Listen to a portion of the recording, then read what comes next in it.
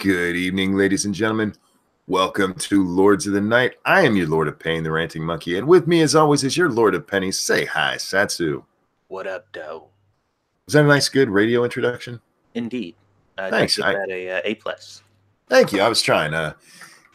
Guys, Scribbles may or may not show up tonight. He has other things going on in life. He's okay. Nothing wrong, but he's a little busy tonight, so we don't know if we'll see him, which means we are unsupervised.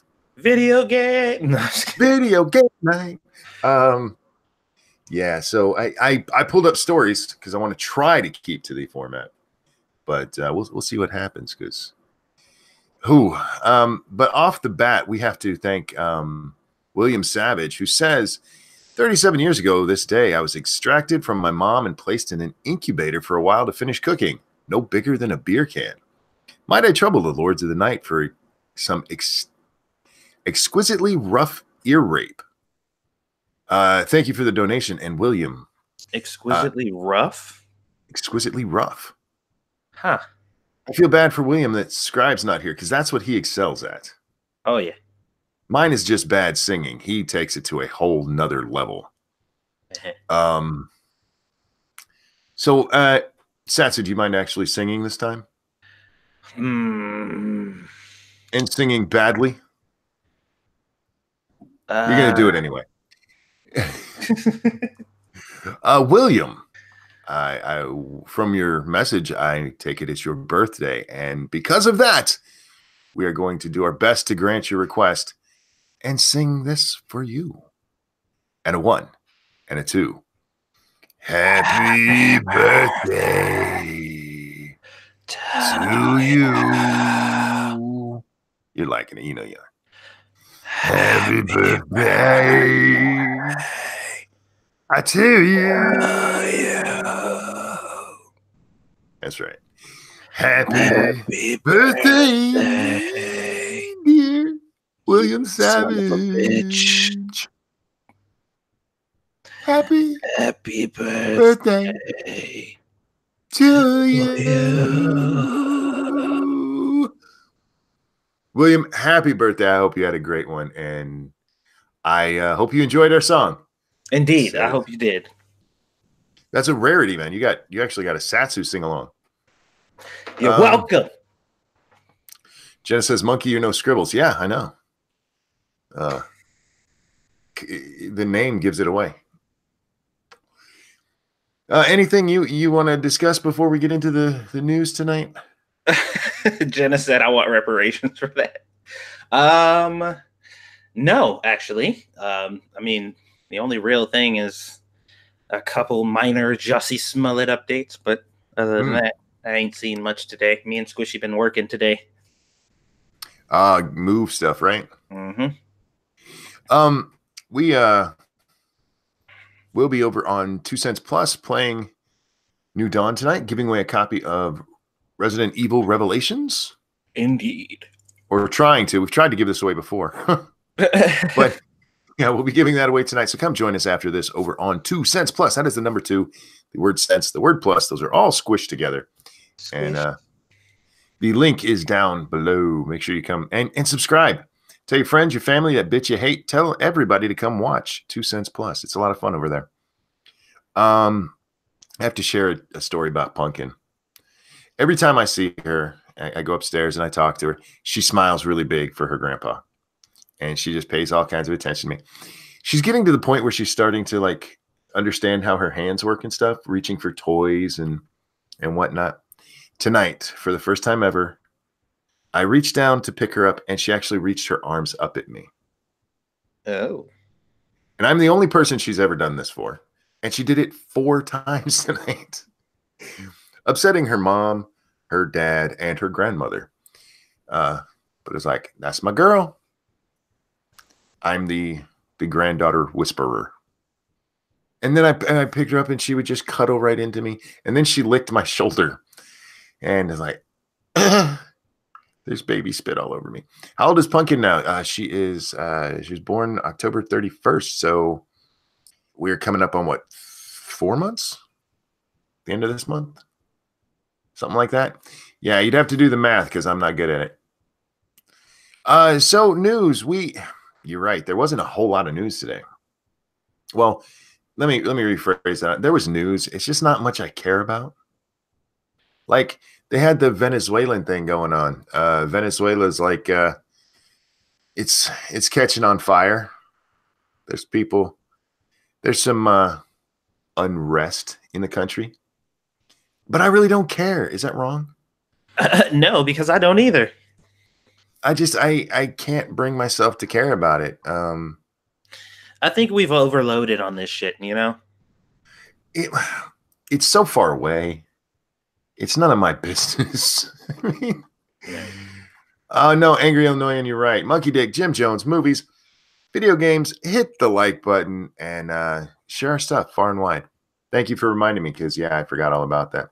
Talk about R. Kelly. Well, we discussed that briefly yesterday. And there's not a whole lot more to say. He was indicted. He's got a $1 million bond. And is he facing 70 years or some shit? Yeah, he's facing up to 70 years in jail because it's 7 years per charge. These were charges between 1998 and 2010 with children between the ages as young as 13 to 15 years old. So I hope he goes to jail if he actually did it, because what a fuckbag. Now, I did find a couple of stories that I thought might be a little interesting. Prosecutors say Manafort criminal actions were bold in redacted sentencing memo. What was that? I said bold, huh? Bold. Prosecutors from Special Counsel Robert Mueller's office today wrote in a sentencing memo filed Friday for Paul Manafort that the former Trump campaign chairman's years of criminality were, quote, bold and continued even when and after he served as Donald Trump's campaign chair in 2016. We need to point out here that most of these bold crimes weren't committed while he was working for Trump. This stems from long before he was working there. The memo was made public Saturday with some redactions, and prosecutors asked Judge Amy Berman Jackson to make sure the now jailed 69-year-old may never walk free again. Manafort pled guilty in September to conspiracy against the U.S. and conspiracy witness tampering. At the time of his plea, Manafort also admitted to a litany of money laundering and foreign lobby crimes that encompassed his work for Ukrainian politicians and other clients over several years. So he's an old man who's going to prison for the rest of his life for being a douchebag. If he's found guilty. This was just the sentencing, the memo. So, well, I don't think that. Well, he is found guilty because let me rephrase that. Depending on how he's sentenced, that's what I meant. But we'll see. We'll see what happens. And again, I don't really care. The whole Manafort, the whole Mueller investigation, I don't know about you. But for me, at this point, unless they come out and have something that shows like Trump was actually working with the Russians, I don't give a fuck. Yeah, it's gotten to the point to where, we done fucking danced around this shit so fucking long. Like, just give me something. If it's anything short of Trump absolutely did it, like he just pulled off his mask and he is actually Putin. Yeah, exactly. They've shown us nothing for 2 years and they keep building it up and like, look what we found. It's like, oh yeah, you found nothing. What do you want me to care about in this case? Yeah. But yeah, so anyhow, the other stories that I did find a couple of stories I was actually interested in. Did you hear about Robert Kraft? Robert Kraft? No. Robert Kraft owns the New England Patriots. Uh-huh. And for the record, guys, he is not. There's a lot of people out there mad at Kraft Foods right now. He doesn't own Kraft Foods. He owns the Kraft. I forget what it's called, but he owns a business that he named after himself. It's not Kraft Foods. It's not like macaroni and cheese, y'all. This is not prostitution by macaroni. But yeah, he got busted in a massage parlor down in the Floridas. Now, when this story first came out, they were pushing it very much as, this was part of a human trafficking thing. And that may or may not be true, but he's not accused of any human trafficking kind of thing. He got his dick sucked by a whore. Is this from today? What day is this? Yeah, that is. Thank you, Cryptic, over on the Streamlabs. The first vacuum ever created probably sucked. God damn you. I actually read that like it was going to be something, like he was telling us something. Yes, exactly. No, not Cryptic. No, Cryptic tells the best jokes next to him. I wish Sheogorath was posting as much as he did, because those two had some of the best jokes, and combined we would have super jokes. That's all I'm saying. Super jokes. So yeah, New England Patriots owner Robert Kraft is facing charges of soliciting prostitution as part of a large-scale sex trafficking crackdown that has led to hundreds of arrest warrants in Florida. The 77-year-old billionaire is among more than 100 people linked to several Central Florida day spas and massage parlors suspected of being used for prostitution and targeted by law enforcement during a months-long investigation. Police say, I love the name of this, Kraft visited the Orchard of Asia Day Spa in Jupiter, Florida twice. Video footage shows him receiving paid acts in a room at the spa, and surveillance video shows him being driven to the spa. Okay, so he had sex with a prostitute. Legalized prostitution. Unless she was being forced to do it. Unless she was being forced to whatever it is she did. Who cares? Just they're consenting adults having sex. I don't give a fuck. You know how many fucking rich people fuck whores? How many times on this show have I told, criminals that we're talking about, just go fuck a whore? It'd be better. I mean, because they do horrible shit to other people. Go bang a whore. That's what they're there for. And we treat them like they're some kind of criminals because why? Because they sell their pussy instead of giving it away free like so many fucking people do. If it turns out he didn't pay for this, that she just sucked his dick because she likes sucking dick, that's not a crime. But if he paid her to suck his dick, then that's a crime. How does that make sense? How does that make any goddamn sense at all? It doesn't. That's why it's fucking stupid. Atheist Icon said, isn't dating legalized prostitution? Well, there's a lot of things. Look, I mean, this pisses off people who get it, but alimony to me sounds like back whore pay. I fucked him for 3 years and we broke up, and now he has to give me money for the rest of his life. That sounds like whore pay to me. Look, I don't understand. Oh, thank you, Cryptic.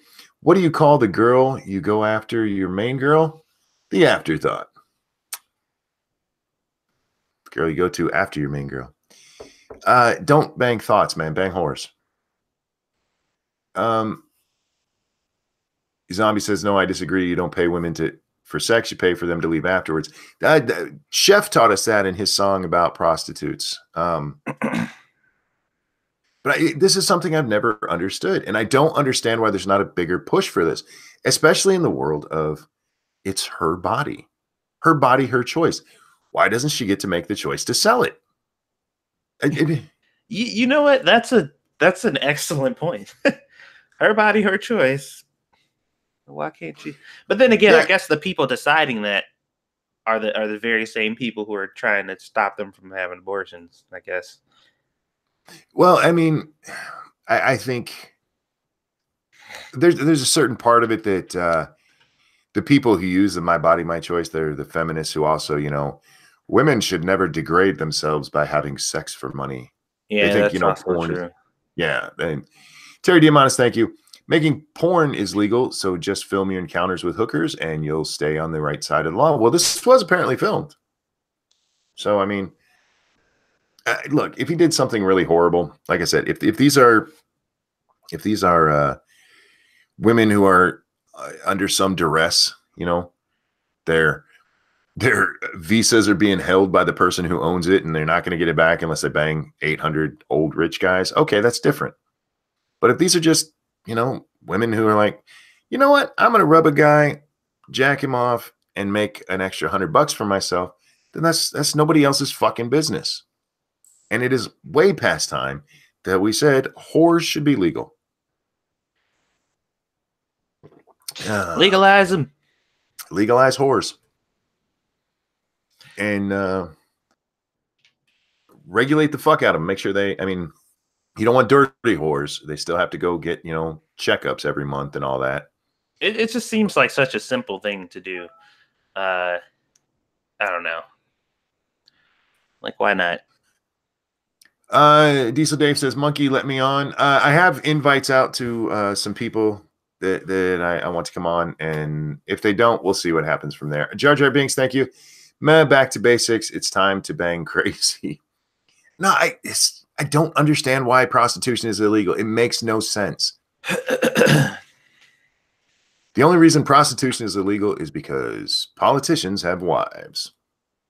Legalizing whoring works well. The actual health checks harder for sex trafficking, etc.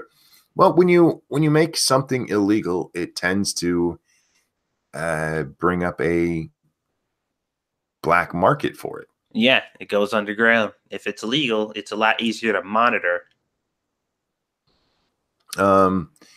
Regulating the fuck out of whores seems counterproductive. No. By regulating, all I mean is making sure that they go get health checkups and that they are taxed the same. Remember, this is a thought tax. You can't tax whores if they're, you know, getting it under the table. Double entendre.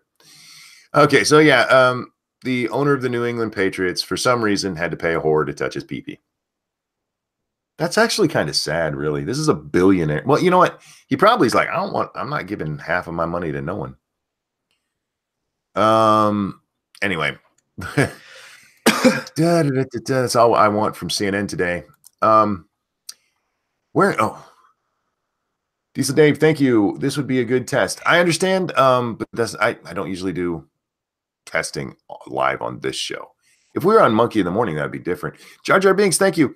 Spreading of STDs and tax evasion. Well, Yay! that's right. Hey, there you is, Scribbles. How you doing, man? SDA. I said SDA when I meant STDs. Uh-oh. She's not going to be happy about that one. She's really not going to be happy about that one. Yeah, so my adventure in office moving today, if I might interject for a moment. Yeah, we were actually between stories. It's a good time. Yeah, so the original plan was I was supposed to be getting a text from my boss around 10 a.m. telling me to head over to the new office to start unpacking and or setting things up or whatever else. 10 o'clock came. I hadn't heard anything, so I texted him. He says, "Yeah, they're still loading stuff into the trucks. It'll be around 3." I'm like, "Oh, okay." So I set aside anything else I had planned until 3. And then I text him at 3, and he's like, "Yeah, it'll be another hour." I'm like, "Okay." So then I wait an hour. I text him again. He's like, "Yeah, we're just leaving for the new office now." Like, oh, so there's going to be nothing there when I get there. So I suit up and I head out, walk all the way there, get there. They're just, as I'm going there, I have to walk over this footbridge. Mm-hmm. The trucks with our stuff are passing under me as I'm walking over the footbridge, which is funny. So I get all the way to the office. They're just starting to unload stuff. I walk in there and there's nothing set up. There's nothing done. A little bit here and there, I guess. And so I was like, I stood around for about an hour, like going like, so should I come back tomorrow? And my boss, of course, he was busy directing the moving guys to put things this, there, and the otherwise. And I helped move a few things, but after a while, it's kind of like, there's literally nothing for me to do here. So I was just like, I'll come back tomorrow, I guess, because what I was supposed to do today, I thought, will have to be done on Sunday. And so here I am, a little late, and I apologize. No, you're fine. Real quick, Wicked Woody, I think is how we say that. Report your local thought to the IRS. But not your local hookers, not until they make it legal. Scribbles, you are a little bit muffled, like you're away from your mic. I probably am. Is this better? Talk again. Oh, I see what happened. Hold on a second. And hi, Lady Monkey. My beautiful wife is in the chat. Hey, Lady Monkey. I felt so bad. I actually I was taking less of my medicine than I was supposed to because I was running out. And I didn't want to make her make an extra trip to the store. And she usually goes to the store on Saturday. So I got my medicine, put my prescription in.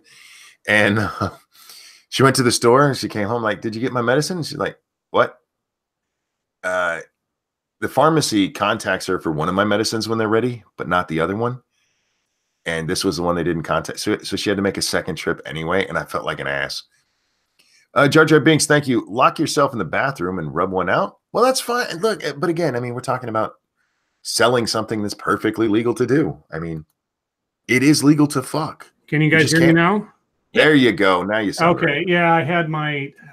It doesn't matter. I had the wrong thing plugged in. My apologies. So you can really hear me the whole time? Great. No, we could hear you. You just sounded like you were across the room. Yeah, no, it was my gaming headset microphone was enacted when it should have been my Yeti, and that was flipped off. So anyway. Gotcha. All right. Well, you go ahead with the news, Monkey. I'll just sit back. Well, the only other news, I'm going to skip the other news articles because I really didn't care about much of the news today, to be honest. Oh, okay. But, well, I did. All right. Well, what do you got, Scribe? Well, did you already talk about Venezuela? We did. Oh, well then, I guess I got nothing then. No, how about the pro-Klan newspaper editor being replaced? Oh no, we didn't talk about that. This is the guy down in Alabama. Yeah. So this is the headline, and I saw this on the tweeter machine. And just like with so many situations like this, it's very telling that this is the headline. Alabama newspaper editor who urged Klan to ride again, replaced by African-American woman. Now, never mind her name. No, never mind anything else. Black woman. And never mind that now, because of this implication, we have to question, is she getting the job because she's qualified or because it makes the most sense, in the optics to do so? Well, here's the thing. Nobody cares about this little tiny fucking paper. No, not really. But but this is the thing I'm talking about. I mean, for all I know, and the article I think talks about it, for all I know, she's a completely qualified individual. She had experience at the yin yang. However, given the circumstances, that question mark will always be over her as to, did she just get the job because it made the paper look better? You're right about that. But to me, it's insulting. It is fucking insulting to be redneck replaced by black woman. Yeah. Without even giving her fucking name. Her name is unimportant. She's a useful tool. She's literally it's a very brief article. An African-American woman is now the publisher and editor of the Alabama newspaper that recently urged the Ku Klux Klan to, quote, night ride again, unquote. Alicia R. Dexter, a, quote, strategic leader with expertise in human resources, operations, and change management, unquote, took up the positions Thursday, the Weekly Democrat reporter of Linden said in a press release. Dexter replaces Goodloe Sutton. Now, if I didn't hear ever a redneck name, I got to say, Goodloe Sutton is up there. The newspaper's owner, who penned a staggering editorial with the headline, "The Klan Needs to Ride Again," in the paper's February 14th edition. Sutton still owns the newspaper, Dexter told CNN. Quote, Dexter's family has strong roots and a rich history in Marengo County, where her dad, John Dexter Jr., was born, the newspaper said. Sutton's editorial sparked outrage around the country. Quote, time for the Ku Klux Klan to night ride again, Sutton wrote. Democrats in the Republican Party and Democrats in the Republican Party and Democrats, I guess in general, are plotting to raise taxes in Alabama, unquote. Can you hold right there real quick before this goes away? Ethan Long, thank you. There are a lot of things that are legal to buy and sell. Guns, for example, there's still a black market for guns, though. Yeah, even legalizing prostitution won't make it all above board. No. But it'll make a lot of it above board. And Jar Jar, thank you. Scribe, it's Alabama. Technically, horse sex is legal. Yeah. Well, I mean, anyway, go back to the thing, legalizing marijuana, legalizing prostitution. Yeah, the black market will never go away. However, it takes away a whole shit ton of incentive to go to the trouble of doing something illegally when everybody else can get it on the market legit. Sure. So, and that's what they were talking about when they were talking about legalizing pot nationwide. If they did that, they would cut the center out of a lot of the big drug cartels down south. Yeah, there's still moonshiners out there, guys. Yeah. They didn't go away with the end of prohibition. Yeah, if you want to be a bootlegger, go ahead. Good luck. I mean, It's not worth it. It's not worth it. Of course, some people still brew their own beer. You can buy kits for that, so whatever. Let's see. Sutton told the Montgomery Advertiser he urged the white supremacist group to, quote, clean out D.C. via lynchings. Quote, we'll get the hemp ropes out, loop them over a tall limb, and hang all of them, Sutton told the newspaper. He stressed that he wasn't calling for the hangings of all Americans, just the, quote, socialist communists. Seems like the Klan would be welcome to raid the gated communities up there, Sutton wrote. Jesus Christ. Wow. He's a tiny little redneck in a tiny little redneck town. Somebody found this fucking article and threw it online, and it became a huge thing. I'll skip down to the very last paragraph, which is relevant.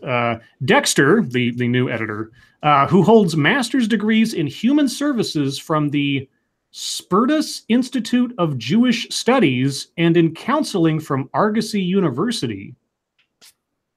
Isn't Argosy an online college, or am I? I don't know. Maybe I'm. Anyway, comes in at a, quote, pivotal time for the newspaper, the paper said. Yeah, the pivotal time of, holy shit, this is the worst. This is the worst look we've ever had. Anyway, she says she will continue in the paper's journalistic tradition, quote, as well as moving the paper into a new direction, unquote.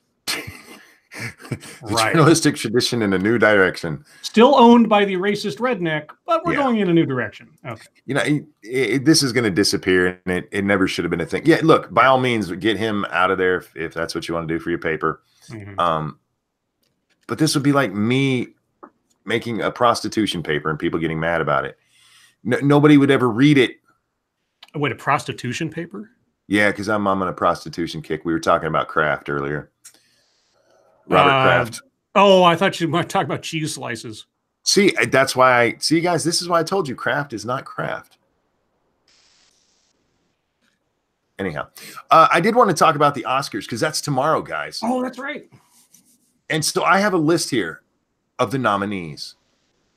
And we're going to guess who's going to win. It doesn't matter because I haven't seen any of these. Well, I've seen one of the fucking movies. I haven't seen any of these, but I'm going to guess who's going to win anyway. And you guys are going to join me. You got a super chat.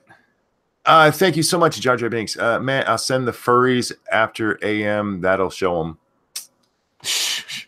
Oh, after them. Never mind. Autocorrect, huh? Or fingers like mine. Okay. So best picture. When did they go to having so many options for best picture? I thought it was always just 5. How many is it now? There's 9 on here. Oh, some part of my brain tells me that was a relatively recent change. Okay, here are the nominees.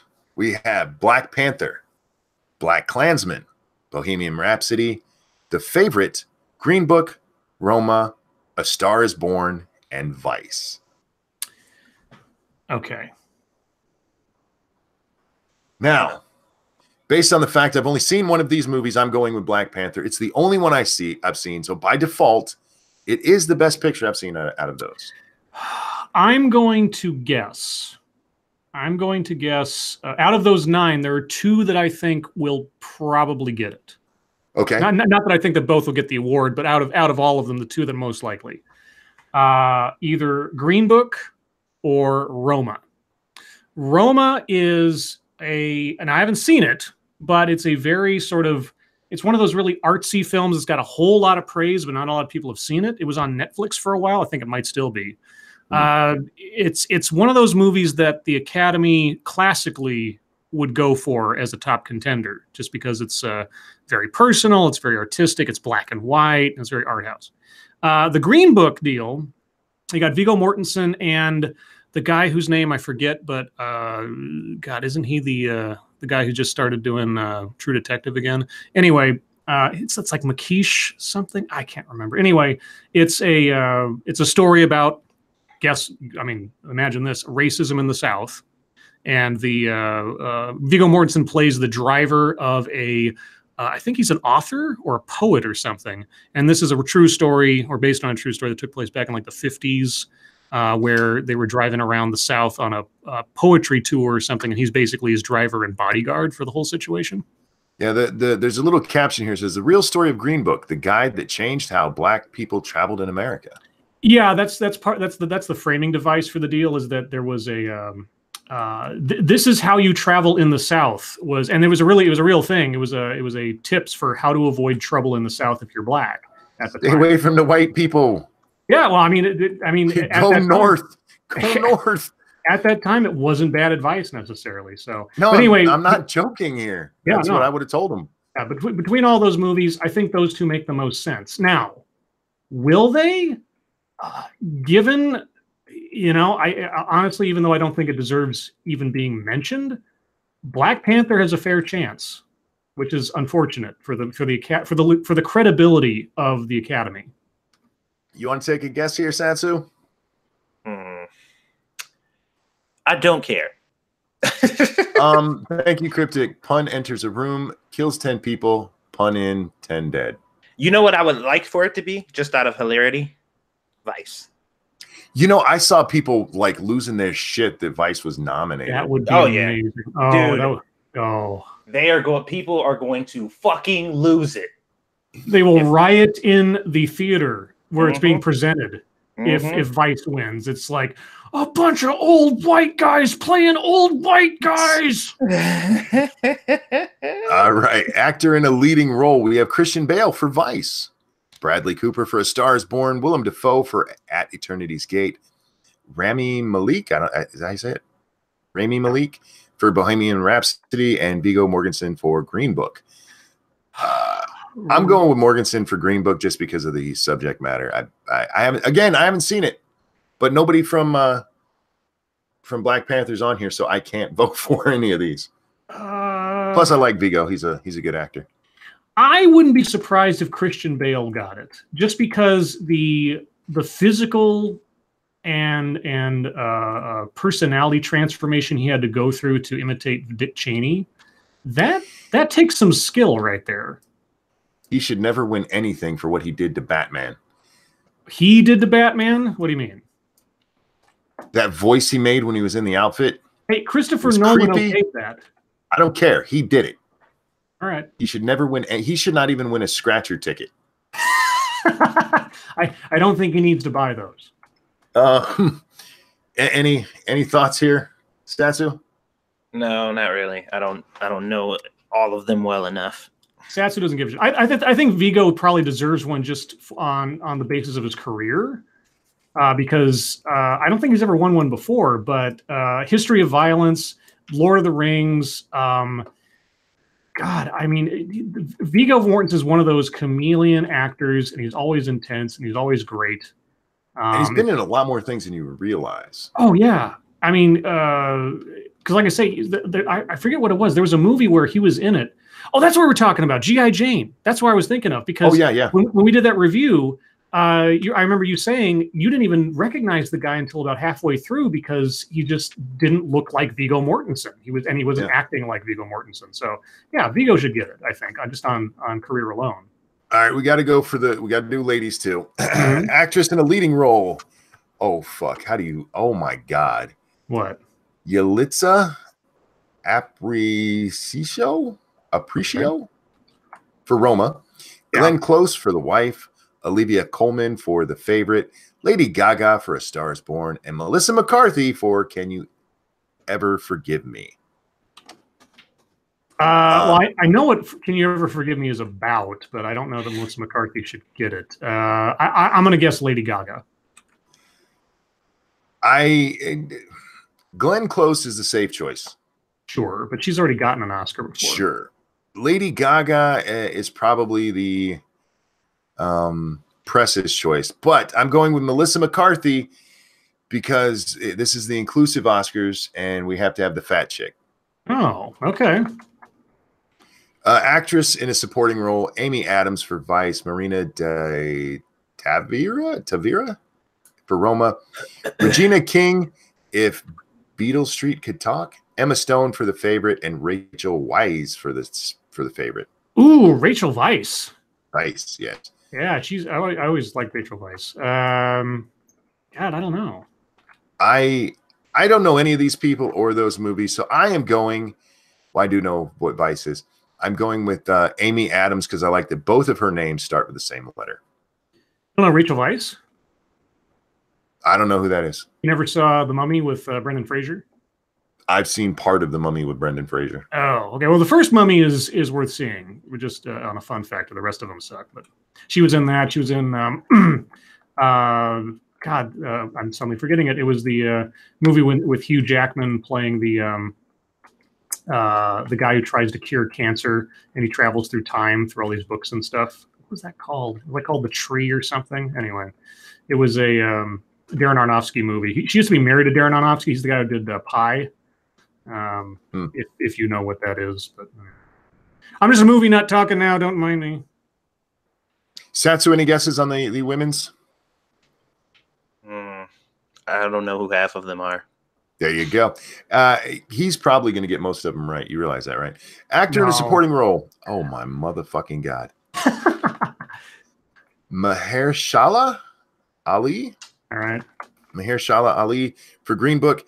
Adam Driver for Black Klansman. Sam Elliott for A Star Is Born. Richard E. Grant for Can You Even Ever Forgive Me? And Sam Rockwell for Vice.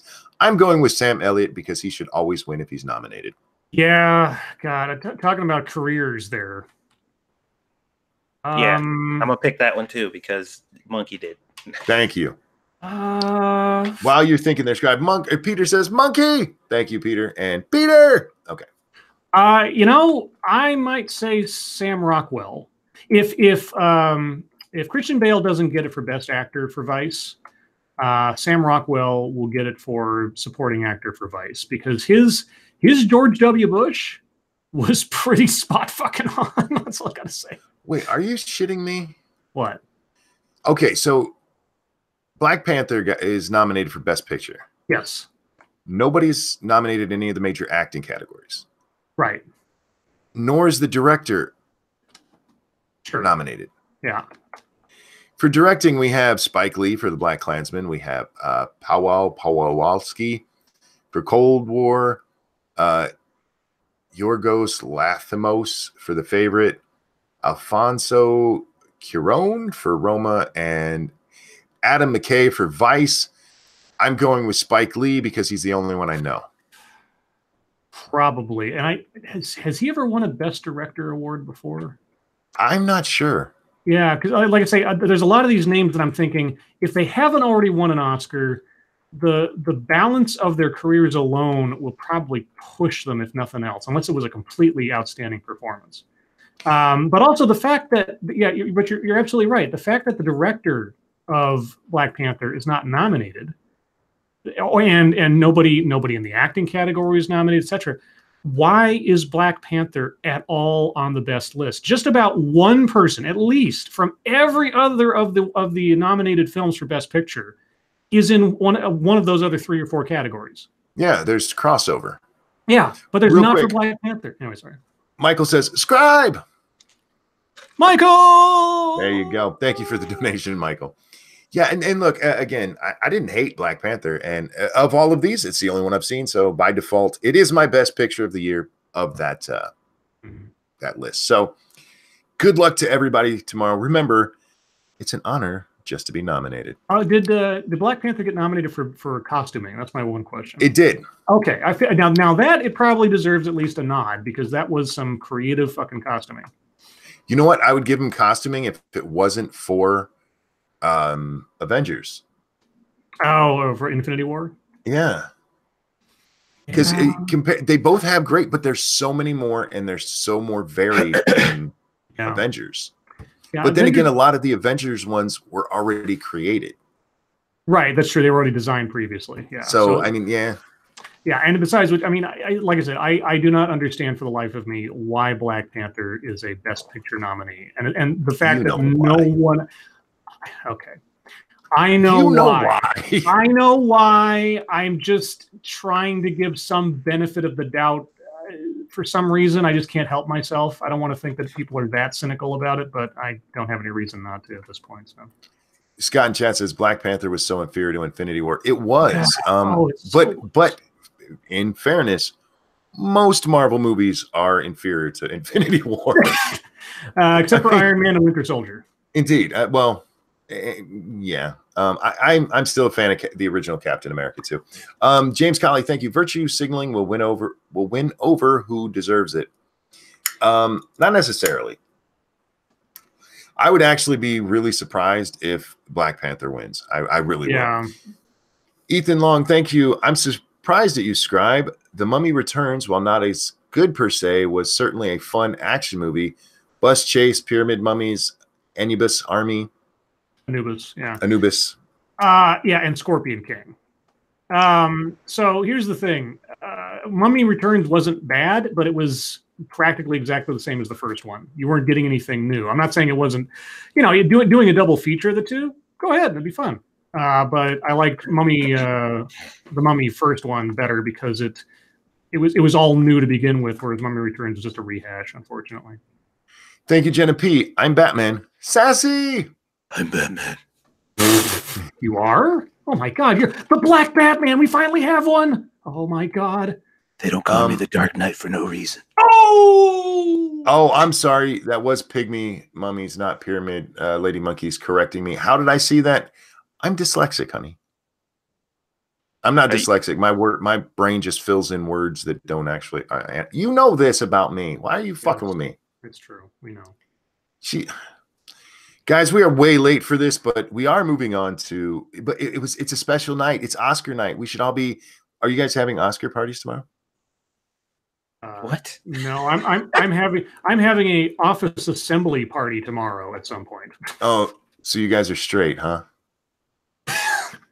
Anyhow, we will be playing 7 Days to Not 7 Days to Die. What are we? Well, we'll figure that out. We'll be playing something. We might be finishing that tonight. Scribbles, you weren't here for the beginning. What time is your show tomorrow? So it'll be at noon Pacific time, 8 p.m. GMT. And Dave and I have finally, thankfully, figured out all the sound issues because there was some sound things we had to work out, and that's all squared away.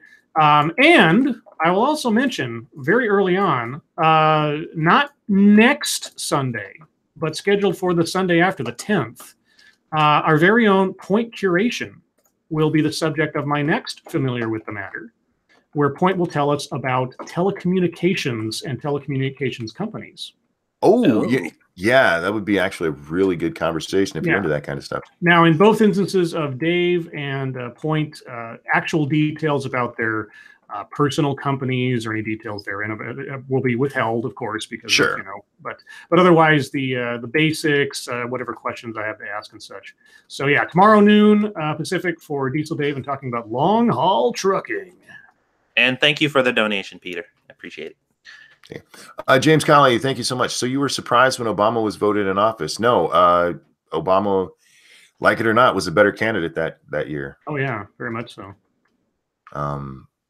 He's not my definitely not my politics, but he was definitely the better candidate. And I showed in the polls, the final polls. We are way past time for hashtag MSS News. Guys, if there is a story you'd like us to take a look at, you can get our attention by sending it to hashtag MSS News over on the Twitter machine. We cannot get to all the stories because you guys are so fucking awesome. You send us a lot of stuff and we appreciate it. But remember, it's an honor just to be nominated. Dribbles. Oh, am I doing it tonight? It's up to you. I can do it. I have it pulled up. You go right ahead. There we go. You take the night. You relax. You be monkey tonight. You just interrupt me. You got it. I will be absolutely the monkey tonight. This one comes to us. Well, he's got a couple here. Let's see which one's better. Thank you so much, Michael. Interruption via super chat. Oh, thank you. Interrupted myself. There you go. Hey, there's a trick. Okay, here we go. This one comes to from Massive Dynamic. It says, hey, load up. You've already loaded. Naked man saved after fire started in brothel above simply delicious takeaway. What? A man wearing his birthday suit had to be rescued from a roof after a fire broke out in a suspected brothel. Firefighters got something of an eyeful when they went to help the man who was clinging to his final scraps of dignity after climbing through the window to escape the blaze in North Endon, Greater Manchester. Oh, this is a British thing. Okay. Yes. Like a takeaway. I keep. Yeah. Oh, yeah. Playing. That's right. Takeout store. Takeout. Yeah. He had been in an adult health club. The health club is in quotes. Health club? He had been in adult health club Ladybirds above Simply Delicious Takeaway. I don't know how to pronounce that. How do you say Bijous? Bijou. Bijou. Ladybirds is described as a bijou parlor with a welcoming and discreet atmosphere. Mm-hmm. Its website states, we are at the height of class and sophistication. Our elite 5 ladies have been handpicked to provide quality over quantity. God damn it. Consistently providing a seductive and sensual massage whilst delivering pure indulgence every time. Oh, man. I want to go there now. So, yeah, this dude had to be rescued from the roof because he was buck-ass naked when the fire broke out and he had to run. Whew. You got lucky, dude. That's not a good way to go, dying in a whore fire. Whore fire. It's like they were the fuel for it. You just put another whore on the flame. What the fuck? Well, I'm thinking it was too much friction. Oh man. Okay. This one comes to us from our chief Florida correspondent, Colleen Bernier. Florida cop disciplined after suspects caught on camera fondling each other on a trip to jail. A Florida police department has disciplined an officer for allowing 2 shoplifting suspects he was transporting to jail to cuddle, kiss, and perform sex acts on each other. What was he supposed to do? Probably. Tase them? No, he's probably wanted to watch. The Fort Pierce Police Department suspended Officer Doug McNeil for 20 days after reviewing body cam footage of the backseat hanky-panky. Mm-hmm. The department completed a thorough review of the incident, and the findings of investigation sustained allegations against Officer McNeil and identified deficiencies in the performance of his duties. Oh, I'm sure. The station aired some of the cam footage showing the suspects, a man and a woman, appearing to make out in the back seat of McNeil's patrol car to the sound of Barry White's Can't Get Enough of Your Love. No, he was egging this on. He wanted to watch. Come on. McNeil was sitting in the front seat writing a report, the station reported. The 5-year veteran denied to internal affairs investigators seeing any sexual activity. Dude, you turned on the fucking soundtrack. Bullshit. He didn't see anything. All right. Can't get enough of your love, baby. Oh, my God. The report says the man, Zachary Mollendick. Moldy Dick? What? I'm going to put it into chat, but yeah, the last part of it is Dick. All right. Here, somebody else can tell me how to pronounce that shit. Was not handcuffed. The woman was handcuffed in front. Oh, yeah. Yeah, baby. Yeah. So he got these 2 horny people into his car and turned on fucking Barry White. You know, he used to upload that to Pornhub and get a whole bunch of ad revenue. Yeah, he could. Oh my God. Oh, Jesus Christ. What? I don't know where you go from there. Let's see. We've done that story before. Scrolling. Nope, don't want to read that. That sounds horrible. Don't want to read that. You know what? Yeah, we are going to read this one because I watched this video. And if you guys haven't seen the video, it is fucking amazing. Sure. I'm going to put the... Does this have the video on it? So I'm just going to tell you the story. This has been going around the internet today. It's a hockey game, right? Hockey player flicks a puck up into the stands for the fans, right? Okay. This guy goes to catch it. In the process of catching it, he elbows his girlfriend in the face. Oh! Elbows the bitch in the face. Oh. And then hands the puck to the girl in front of him. Oh, shit! What? Yeah. He fucking elbowed. Is this real? This isn't some kind of no, put on or something? Oh my God. This is absolutely real. I don't, this doesn't have the video, but I'll throw the story in there. We're not going to actually read it, but because there's not much more to read. But yeah, if you pull up the picture, hang on, I'll put it on screen so those of you who don't want to actually go click over there can see it. Crazy. Do you see this girl right here? The one who looks really sad? Yeah. That's the one who got hit in the face. Of course. The blonde here is the one who has the puck now. My question to that guy, was it worth it? I can't imagine it was. Oh, yeah. They do have the video right there. So yeah, if you guys go there, you can actually watch it. This is an absolutely real video. And good job, dumbass. Because at the very least, you offer it to your girlfriend, you just fucking blasted.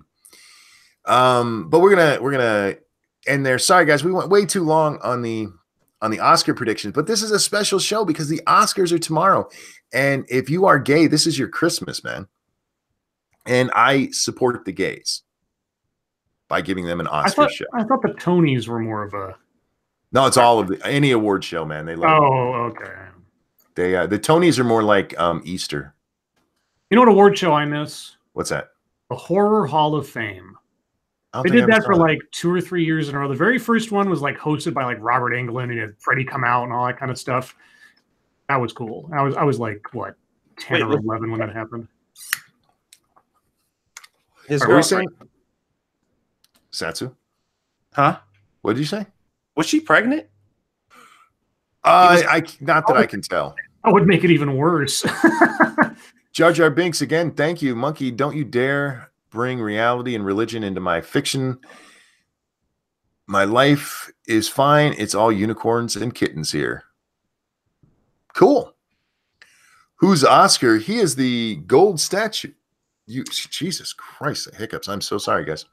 The gold statue you get if you win a Academy of Motion Pictures award. And I think the name Oscar comes after, I forget who it was. Way back. It was the name of the husband of some movie star or one of the organizers or something, because purportedly the statue was based on his physique.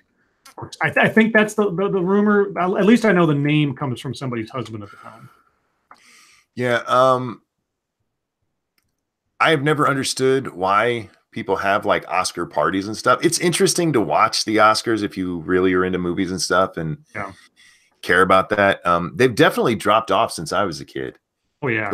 But back then, I mean, you only had 3 TV channels and one of them was playing the fucking Oscars. So, but since then, I mean, they grew up to this big height and like just dropped off because nobody gives a shit anymore, because it has turned into a lot of virtue signaling. And I'm not talking about the who gets nominated and all that. I'm talking about the people who get up there and give their fucking speeches that have nothing to do with acting. Well, the other thing too. Oh, sorry. I say or anything that they were nominated for. Go ahead. I'm sorry. The other thing too is the saturation of the market when it comes to movies these days. I mean, between rentals and Netflix and and YouTube or whatever else, it's not like sort of like what Monkey said when there were only like 3 networks. There was only so many movies that came out in the course of a year that you had a chance to see in the theaters, because that's the only place you could really see them. Mm-hmm. So each year there was a relatively small number of movies that got the amount of play that would necessarily get Oscar attention. These days, how many of us have heard of or seen Roma? Yeah, it's like, never heard of it. Yeah, exactly. So, I mean, there's lots of movies out there that get attention by the critics, but they get lost in this sea of just cheaply produced or mass marketed, nonsense. Cryptic's trying to get me in trouble here. Oh, Thank you, Cryptic, over on the Streamlabs. Got a fat girl into bed. It was a piece of cake. Oh. Guys, as far as it's I don't care who wins the Oscars and stuff, but every year there's somebody who says something stupid that we all end up talking about. So it's true. Yeah. That's what I'm waiting for. Friday or Monday morning. Everything will be blowing up because of something stupid. Here's the bigger question. All right. Yeah.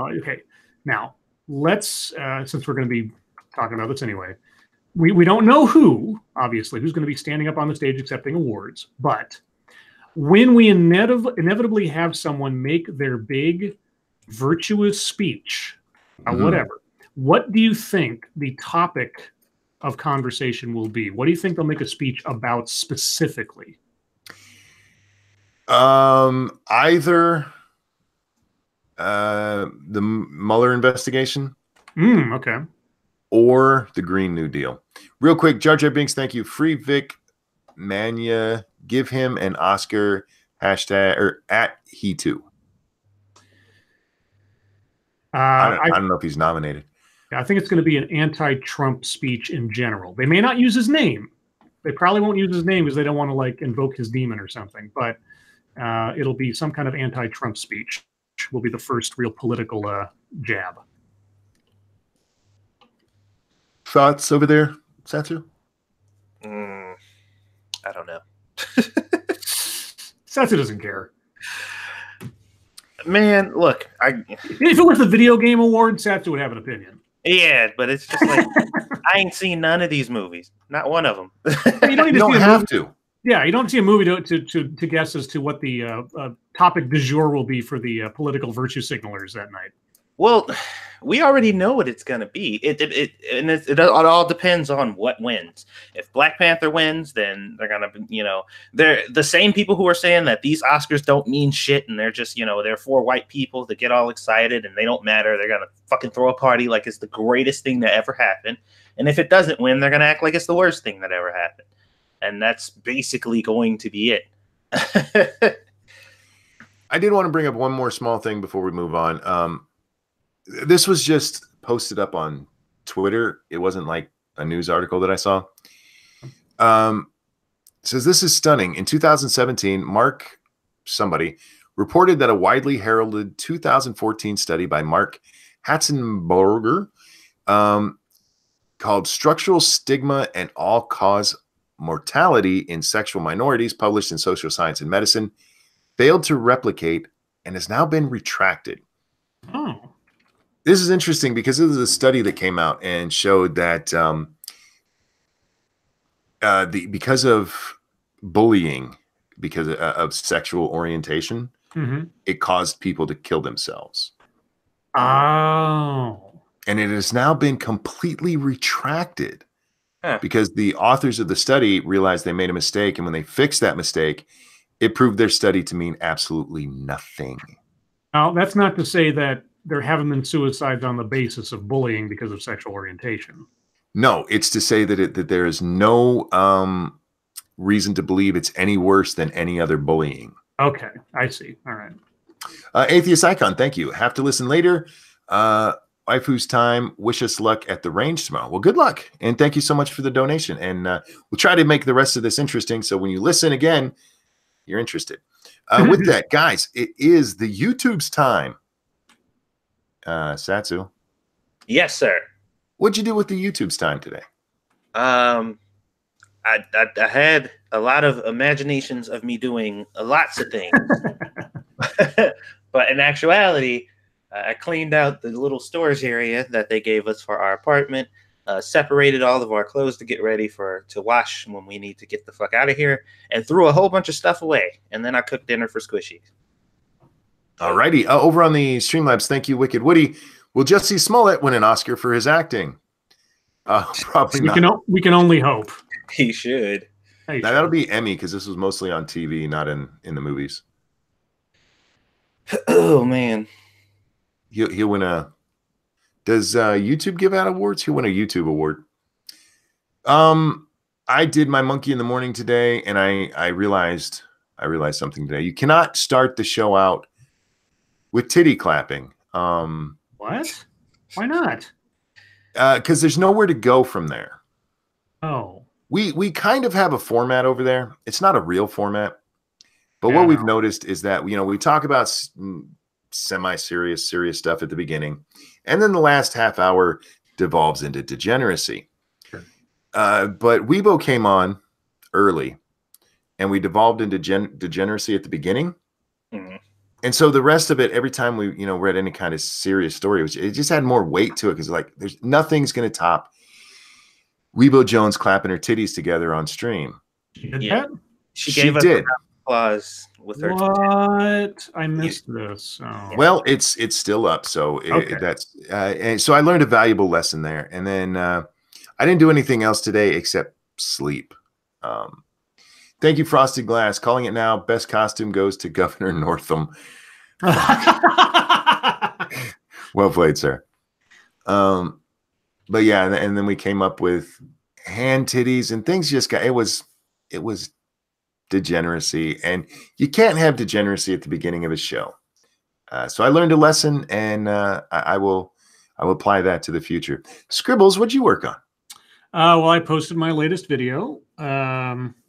It's called Anemic Academia 2, The Male Stain, and it stars Matthew Solomon, the author of Man School, or something. The subheading is something to the effect of like how men should behave in the Me Too era or something like that.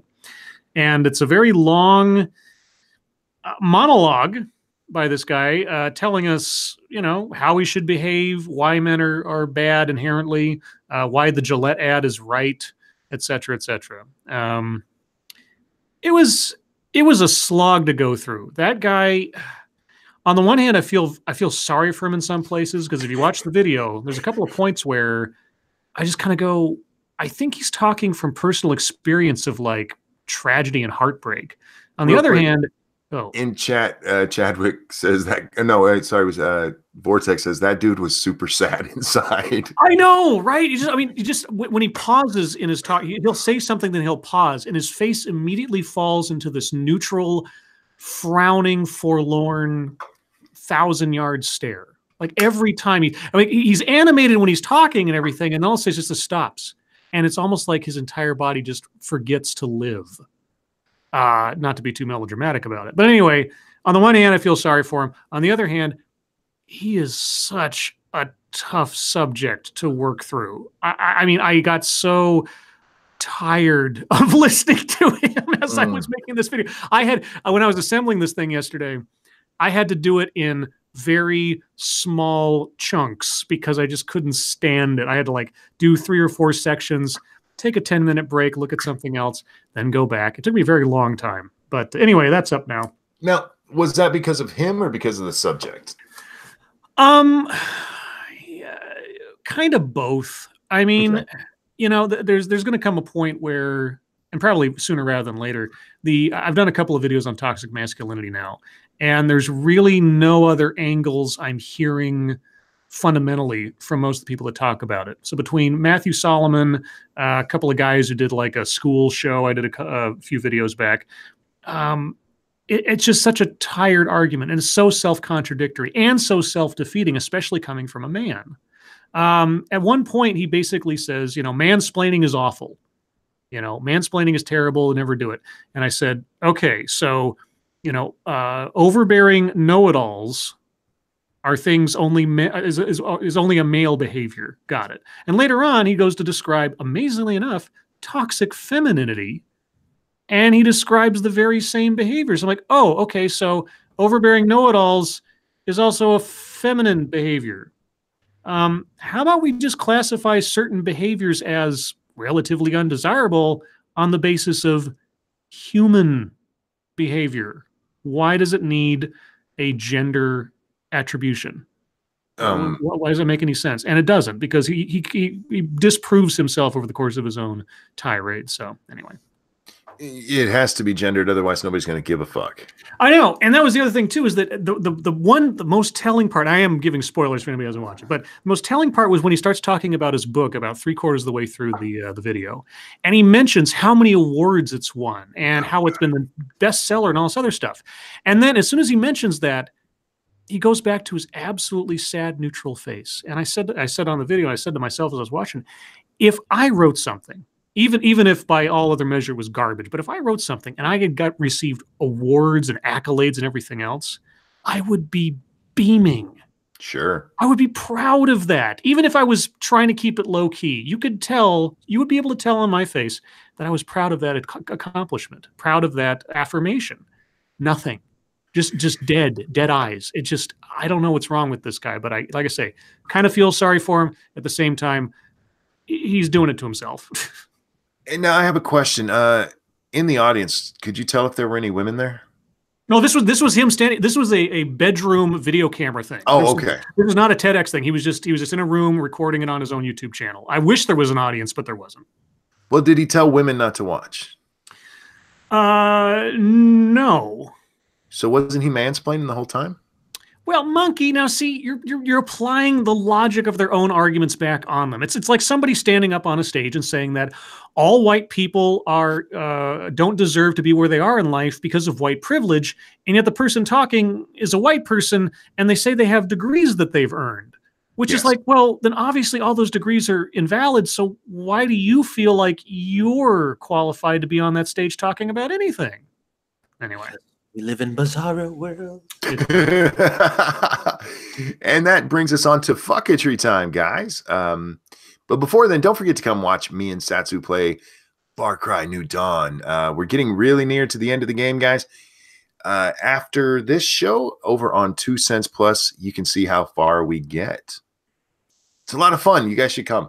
The best part of that game is we are much better players than it might look like on that game.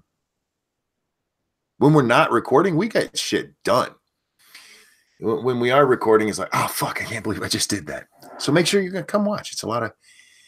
You don't want to watch somebody who's perfect. That's no fun. That just makes you feel bad. Come watch those of us who are inferior and feel better about yourself. Yay. Yay. Satsu, any fucketry today? Well, I did some funny memes. I saw somebody put up a post. I can't remember who it was, but they said if Jussie Smollett really wanted to be assaulted in public, he should have just wore a MAGA hat. Yes. True story, too. And I was just like, yep. And followed by that, I saw Turning Point USA said, hey, Jussie Smollett, the real violence is against conservatives. And there's a video compilation of conservative after conservative getting publicly beat the fuck up or attacked.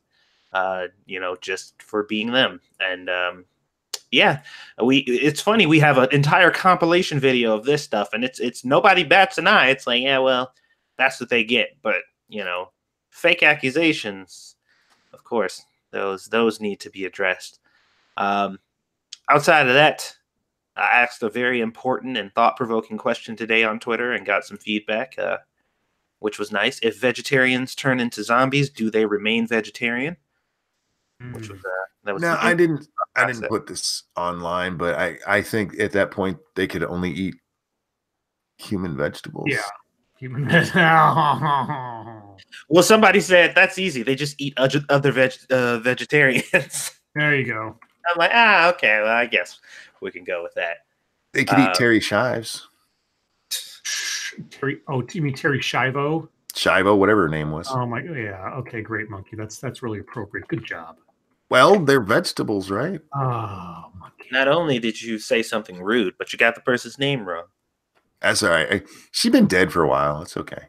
She's probably a zombie now. You just an asshole. Well, sometimes. Did you have any more fucketry? I think that's it, actually. Yeah, that was Scribbles. Well, in the same vein as Satsu, did you guys see the Daily Show's version of the Jussie Smollett story? Their Hallmark, their Hallmark, or the Lifetime movie of the week, the Jussie Smollett story. See it? It's fucking hilarious. They don't let back. It's awesome. I was really kind of surprised, honestly. The random clip that somebody else did was funnier though, like that, because I saw that one first, and then I saw that one, and I was like, oh man, that one's not as good as the fucking randos who did it.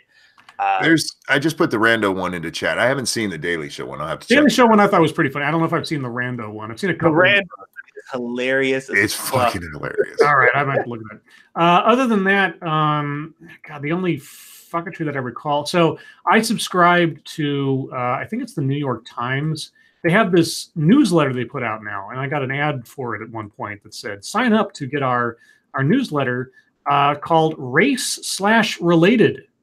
And like every week you get a little article or something regarding race in the country. And I remember that I kept the one that came out just after the Jesse Smollett incident and how much outrage they had and everything else. So I was really interested to see today, or was it yesterday, either way, that I received one that was a follow-up to that, talking about the recent events. Mm-hmm. And in there, it was a different author than the first one. The first one had talked about the author had talked about an incident that had happened to him, or a friend of his, sorry, who had been attacked, and so or him maybe. Either way, it was an incident he was involved in that he was the victim of, and he talked about how this just sort of showed how dangerous it is out there for everybody. The author of this one said, the original author is now embarrassed that they jumped to conclusions and didn't wait and everything else. And they're afraid that such incidents like the Jesse Smollett case will diminish the ability of real victims to come forward. I'm like, that should be the real outrage. But even saying that, they had to follow that up with, now, false reports of hate crimes are rare. Oh, God. And I'm like, wait, okay. If the Jesse Smollett case hadn't been investigated to the nth degree, or if the information regarding the story hadn't been so on the nose for him as to cause so much suspicion, or if the two brothers had been smarter about whatever they were buying their equipment and everything, if that had never been solved, you're right. How many unsolved or unresolved, I should say, hate crimes, and what qualifies as a hate crime again, are there out there? So how can you say they're rare? I mean, if someone makes a hate crime against themselves and blames Trump supporters.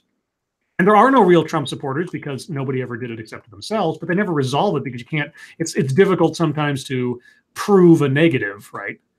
How do you know they're rare? You can't say that with any definitive proof. And we don't even know how many hate crimes there actually are. And of course, the classification for hate crime is so generous these days that someone looking at you funny can be classified as a hate crime if they decide to say so. So anyway, I just didn't like that part. Ethan Long says, wouldn't feminists argue for gendering certain behaviors like sexual assault because it's mostly men that do it? What's the rebuttal to that?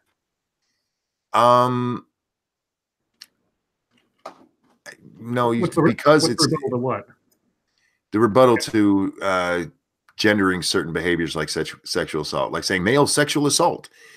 The reason you don't do that is because it's a crime that can happen to anyone. Just because one group, you wouldn't do that like with races or with what's the word I'm looking for? Religions, anything like that.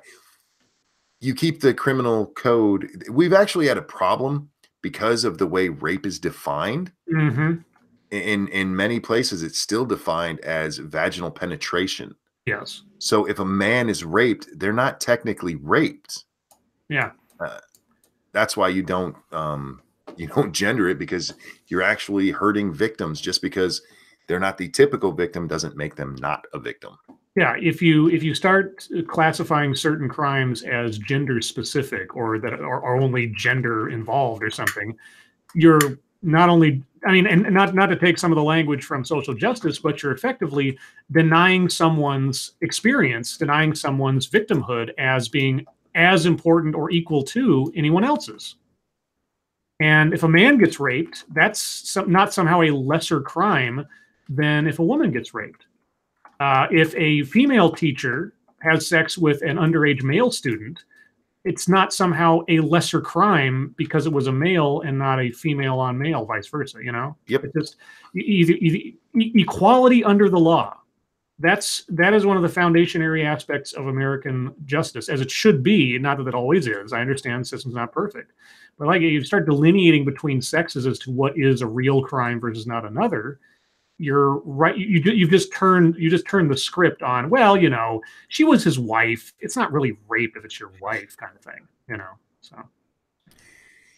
The only fucketry I saw today, because I wasn't online very much, was the new Nightwing.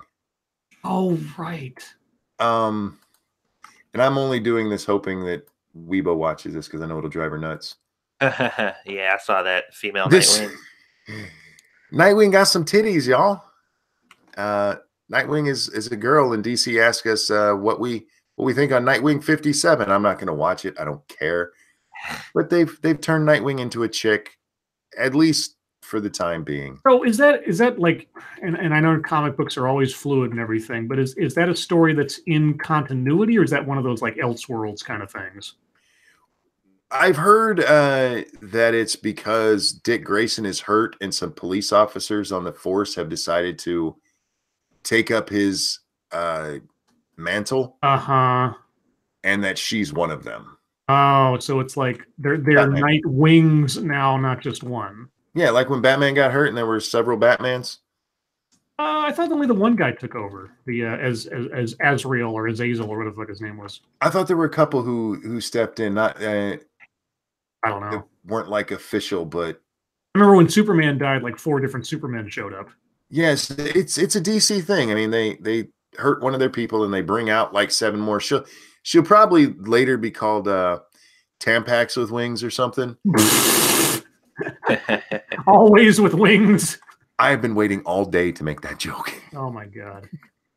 Because it made me laugh. I was actually going to Photoshop a pad with wings and put her face on it. And I was like, I don't care that much. But yeah, so there's a female Nightwing, and there's a lot of Nightwing fans, including our very own Weibo Jones, who's like, what the fuck is that? Because Nightwing's a dude. He's not. It's a name, monkey. It's not a gender. It's a name. Oh god. Matta says, "Boo, monkey, boo." Come on, that was good. I don't care what you think. That was funny. The other thing I had, it's a story that I read, and I'm not familiar with this site. It's Newsbusters. Oh wait, I've heard of Newsbusters. I just don't read it very often. I've heard of Adbusters. I don't know that I've heard of Newsbusters, but it's probably the same thing. Well, it's exposing and combating liberal media bias. That's boy. It's not something I read very often. And that's not a bias in and of itself, of course. Sure, but this article is called 7 Ugly Lessons About the Media from the Jussie Smollett case. Oh, okay. Do tell. And we'll just go over the main points, unless you want me to read into it, because we need more,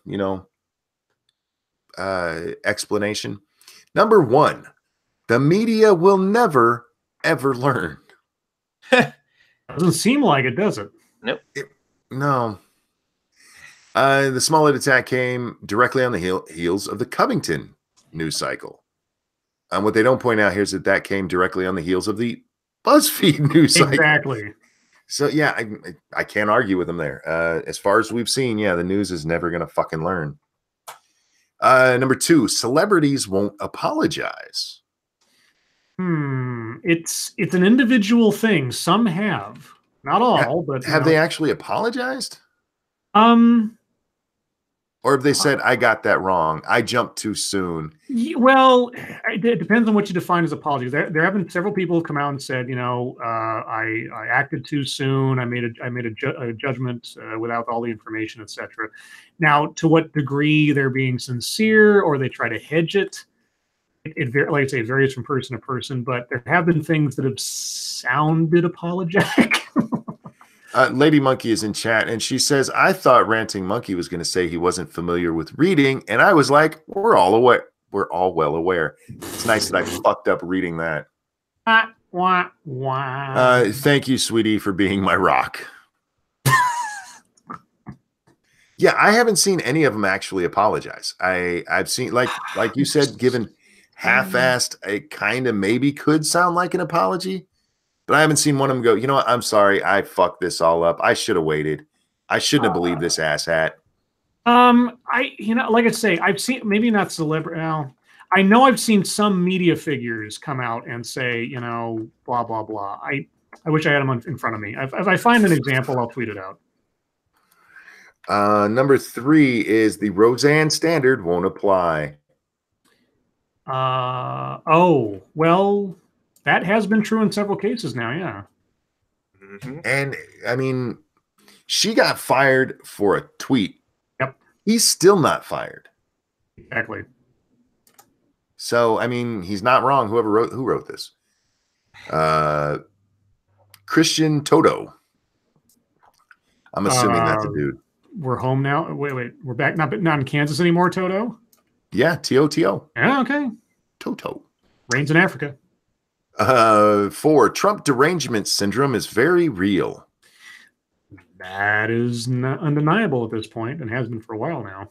Yeah. I think for a lot of people, this really is sending it home because, I mean, again, this was literally an unbelievable story.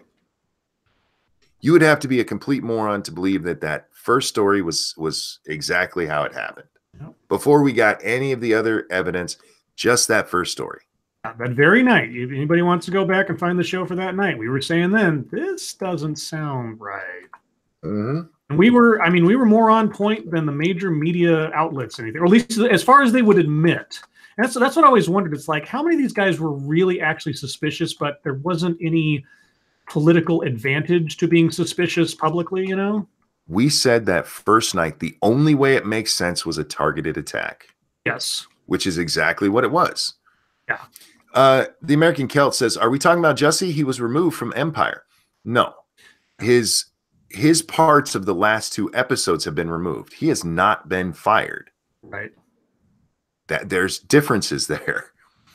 They could always bring him back next season because he's still under contract. Yeah, the reason they did. Sorry. Well, did you guys see they were doing interviews of a bunch of people. They did the fucking old lady, the old bitch that said go fucking harass people in public, and they did some other lady, and they was like, what do you make of this? And she was like, we have to look at this and not just look at Jussie, but look at ourselves, and we lie all the time, just like our president does. Jesus. So, yeah. So we can't just he obviously has some problems or some issues or whatever that have been ignored, and us as a society don't need to judge him. We need to I'm just like, really okay. That goes back to the one that says Trump derangement syndrome is real. Yeah. Now, I'm like, how do you say the same sentence that our president is a liar? Like, he lies all the time, like our president does. And that's horrible, by the way. That's terrible. He's a piece of shit and a monster. But in this case, we have to look at ourselves. When somebody who we like lies, then we have to look at ourselves and judge ourselves and make sure that we're not, playing the high and mighty. But if somebody we don't like lies, then fuck them. They're a piece of shit. In the same sentence. Cato in chat says the actor should just claim he's on drugs. He has. Yeah. Sure did. He narked out. He narked out one of the guys. Do you guys realize he did that? Yeah, he called one of the guys his dealer. Yeah, said in the spring of 2018 he was getting mollies from one of these guys, narking the motherfucker out after. Man, Jussie, snitches get stitches. Okay, number 5. Sorry, local media often trumps national outlets. This reporter had never heard of Rafer Weigel and Rob Elgis before the Smollett debacle. Now they deserve to have a larger, more robust following. These Chicago-based reporters covered the nuances of the story without veering into opinion or bias. That's fair. Yeah, no, the ABC7 guys in Chicago and everything were on this from the beginning going like, yeah, something doesn't sound right about this. And it's interesting that at least they felt like there was less pressure to be skeptical, which is really sad. It's like, okay, why even watch the mainstream news if it's just going to be like, we're going to go along with the status quo. We're not actually going to look into anything. Why should mainstream big outlets be trusted to actually investigate anything anymore after something like this? Number 6, there's a reason the Chicago police move so cautiously. It's been fascinating to watch the Chicago police in action during this news cycle. Their public information officer spoke with caution and consideration with every new revelation. Why? The presumption would be the department is racist and wouldn't be willing to collar Smollett's attackers with the vigor afforded a white victim. I don't know that I'd go that far. I'd say that they're being cautious because they don't want to speak out of turn, and they want to make sure they have all the evidence before they make a declaration. Because anything that comes out of the Chicago police as an official statement, or could be construed as one, could set off all over who knows what kind of problems. I mean, one of the fears that people didn't talk about too much about this is that something like this could have set off riots. Mm-hmm. You know, and now the weather and everything else was going to deter that naturally, but they couldn't count on that. Given what's happened in other cities under other similar circumstances for even lesser scandals, the police had to be very careful with what information they confirmed or denied or put out there if they weren't absolutely sure about it, because there was more at risk than just Jussie Smollett's reputation or maybe getting a fact wrong here or there. There was actual fears that this might cause real problems. We keep getting told that Fox removed Smollett from the final episodes. It's the final episodes of this season. Yeah. They're not sure if they're having another season. And if they are, he's still under contract. He's just not going. The parts that they've already recorded, they've cut those out of the show. Yeah. Now, the reason they've done that is because they're hedging their bets. Yes, they have not fired him yet. Yeah, they haven't. Not only have they not fired him yet, he hasn't been convicted yet. And so they're in kind of a weird situation where he might have a morals clause on his contract, but it might not kick in unless or until he's actually convicted of something. So in order for posterity's sake, because the Empire show, its rebroadcasts, its DVDs and everything else are going to go on far longer than this situation. They have to say, okay, well, now that we know about this, we have to take him out of the mix for the sake of not only optics, but like I say, posterity's sake. And by the time the next season comes up, this whole case might be either adjudicated or otherwise, one way or the other. So yeah, they just have to take him out. They probably won't fire him until he's convicted. Mash says I'm missing Shio's jokes in chat. No, I'm not. I just can't read those. 7, here comes the spin. In a sane world, reporters would dig deeper into this fracas. Will Smollett be charged for his actions? When will Fox, which broadcasts Empire, fire him? Why did so many people rush to judge this case? The biggest question, why are similar hoaxes so prevalent in the age of Trump? Instead, here's what we're likely to see. Smollett's story is real, even if his specific case isn't. Right. Or similarly themed tales pointing to other hate crimes, or simply the fact that they do, on occasion, happen. Yep. And we've already started seeing that. Exactly. Yep. We've already seen it. For being like you pointed out, this is definitely a biased source. But except for that one, I would agree with him on all of them. Yeah, I don't think the police were acting badly or doing anything for the sake of not looking racist. I think they were weighing all the possible considerations. And like if you listen to the press conference by the superintendent, I believe him when he said, we didn't treat this case any differently or any lesser or any more than any other case of a similar nature. No, we would put the same amount of effort into this report of a crime as we would with any report of a hate crime, because this city does not tolerate hate. Now, while I disagree with the whole classification of hate crime, I can't fault the police for in sentiment of not wanting people or any sense that actions like this, whatever they're fueled by, are permissible. So yeah, I don't think the police did anything wrong here. Real quick, I want to address these from Peter in chat. He says, hasn't the grand jury already found him guilty? And he hasn't been sentenced, but I thought he'd been convicted. That's not how our grand jury system works here. No. Our grand jury system just brings forth an indictment. Yes. And then he goes to trial. So he's been indicted for the crime, but he has not been through trial or convicted yet. Yeah, a grand jury basically says there is enough evidence here to warrant proceeding with criminal charges. Yes. That's it. It doesn't make a determination as to the merits of the case, just whether or not there's enough evidence to warrant there being basically a case. So, and with that, guys, it's your time. Questions, comments, concerns, throw them into chat now. We'll do our best to address them. Remember to put lots of, what are they called? Comment marks. Chat marks. Thank you. Chat marks if you have a question. Don't forget to come watch us on 2 Cents Plus. That's the number 2 Cents Plus, all squished together. We will be playing New Dawn tonight, giving out a copy of Resident Evil Revelations. So come watch for your chance to win. Plus, we're just funny as fuck over there. It's like this show, but funnier. Satsu, how would you rate Revelations in the Resident Evil series? It's one of the few ones that I didn't play, but I hear it's pretty. It's kind of a mix between like modern, like the modern bad Resident Evil and like Resident Evil 4. It's like a middle ground where people are like, it's not as good as that, but it ain't as bad as like the newer ones. Okay. So, play it. I think it's enjoyable. It adds story. I know that much. You get to play with Barry, which is the first one you ever got to play with him. So, also, free's a good price. Yeah, indeed, it is.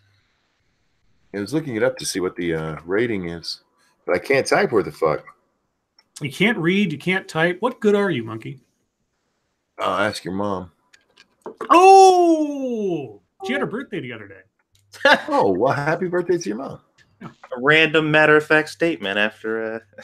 Well, I mean, I know the spirit in which the comment was made, so I don't take offense.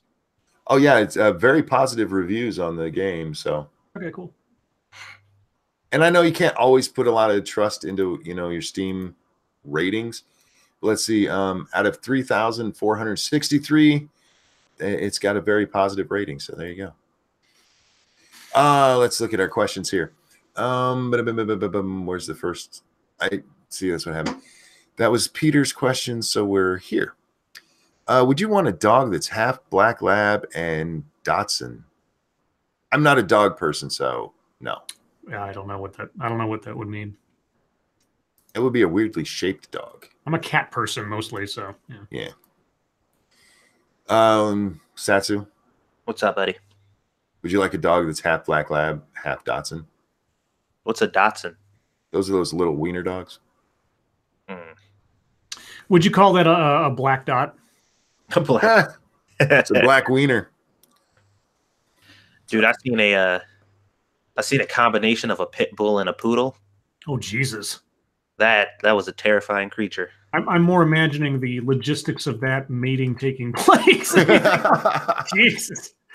Ramen Lewis says, "Oh, Resident Evil sounds fun. Hey, check it out. Free game. Hey, free."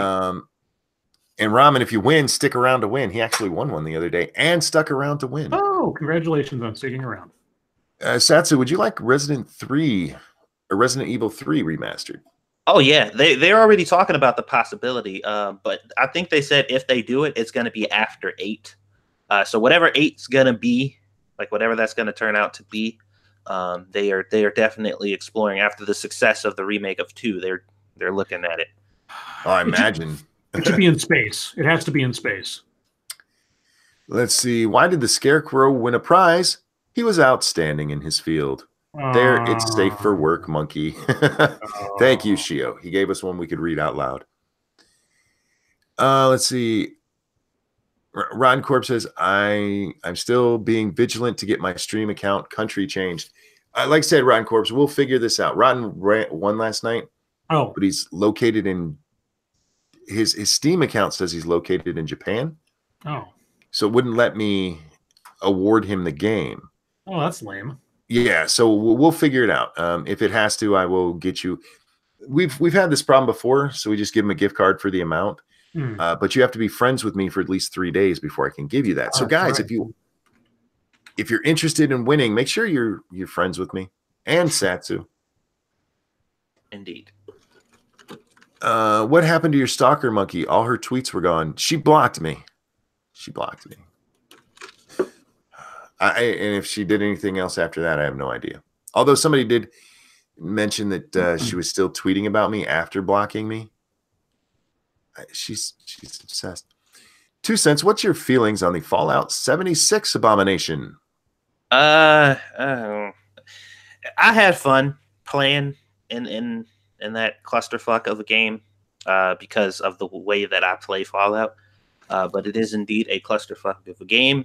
It is clearly something that they put together, and I don't think that they have been handling this game or trying to fix this game well at all. Like, this is a major fuck up, and it gives me very bad feelings about Elder Scrolls 6 and their new game, whatever the fuck it was called again. Real quick, thank you, James Colley. Pit and Poodle. I think there's some BDSM involved just to make that visual even worse. LOL. Oh my. Where was that? There was one from Mash here. Satsu 2 cents. Are you psyched for the second half of season 3 of AOT due to begin airing in a couple of months?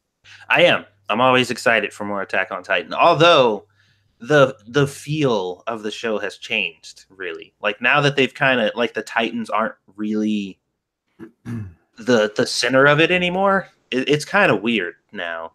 But we'll see how it plays out, I guess. Sora says, "Happy birthday to your mother, Scribe Light." Oh yeah, thanks. I sent her some flowers, and when I called it over the flowers, the lady says, "What do you want the card to say?" I said, "I wanted to say, happy birthday. You're old." That was it. And then when I called my mom to say happy birthday, she's like, "Thank you for the card." I needed the reminder. I was like, "You're welcome, Mom." Celtic Mandalore says, "Hey, Satsu 2 cents. A guy I go to tech school with is in one of the bigger Umbrella Corp cosplay groups." Oh, there's such a thing? Apparently. Ebony Williams asked me if I would vape. I have and would do it again. I like vaping. The problem with vaping is if you're a smoker, you have to get the mixture right. Otherwise, it doesn't actually feel like you're smoking, and then you just want a cigarette anyway. Oh, I see. But there's so many more flavors, man. One of my favorites was a pina colada one, like smoking a pina colada cigarette. Throw on some Jimmy Buffett and just have a time. Lords of the Night, should we replace cows with cats or dogs to cut down on methane? Oh yeah, the cow farts thing. You hear about that? Yes. Yeah. It's one of the parts of the Green New Deal. We got to get rid of it. That's what happens when you get all the socialists together. They throw everything in the pot. And believe it or not, a big portion of this are vegans, guys. And they've been pushing the whole cow fart thing for a long time. Shio, thank you for the donation. What do you get when you cross a dog with a car? Roadkill. Oh, that's rough. That's rough. Oh, rough. Oh, monkey. What? Oh. RJ says pit bull and poodle mix. Yikes. Yeah, I didn't do it. Satsu, did you know the people who did that? No, we were because we had a Jack Russell at the time, and he was getting busy with the dog next door, which was another Jack Russell, and they had a pit bull poodle mix. I didn't ask the details about it. I was just like, that is a crazy looking dog. Are they called poodles? I think they just call it a pit poodle. Oh, I like poo bowl. Yeah, it was just like he looked like a fluffy pit bull. And it was just creepy. That sounds weird. Yeah. Random American says, "I hear you give away games on 2 cents plus. Are you giving away anything tonight?" Yes, we are. Over on 2 cents plus, we're giving away a copy of Resident Evil.